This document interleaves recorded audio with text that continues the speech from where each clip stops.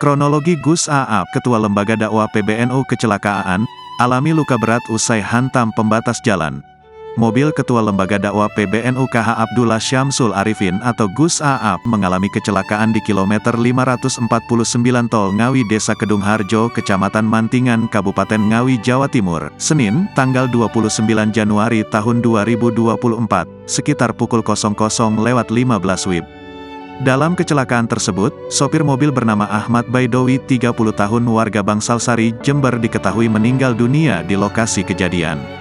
Kapolresta Ngawi AKBP Argo Yuwono mengatakan Ketua Lembaga Dakwah PBNU tersebut menaiki mobil Fortuner P1672HO bersama putranya Hisyam Abdullah, 19 tahun.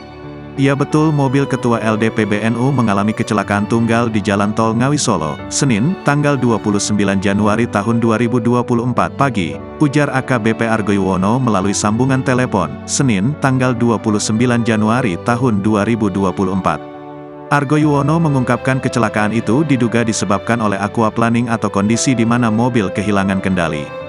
Kendaraan kemudian menghantam pembatas di kiri jalan. Kemarin kondisi cuaca hujan gerimis diduga mengalami aquaplaning, laka tunggal, imbuh Argo Yuwono. Dalam kecelakaan tersebut, Abdullah Syamsul Arifin dan putranya mengalami luka berat akibat benturan. Polres Ngawi kini masih mendalami penyebab pasti laka tunggal tersebut.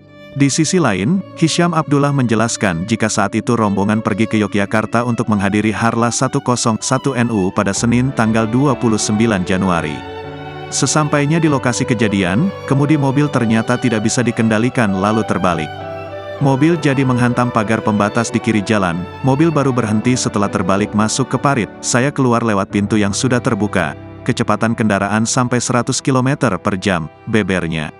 Setelah berhasil dievakuasi, jenazah korban oleh petugas langsung dibawa ke RSUD Dr. Suroto Ngawi.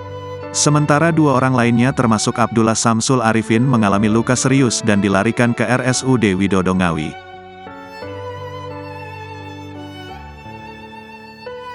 Download Tribun X sekarang, menghadirkan lokal menjadi Indonesia.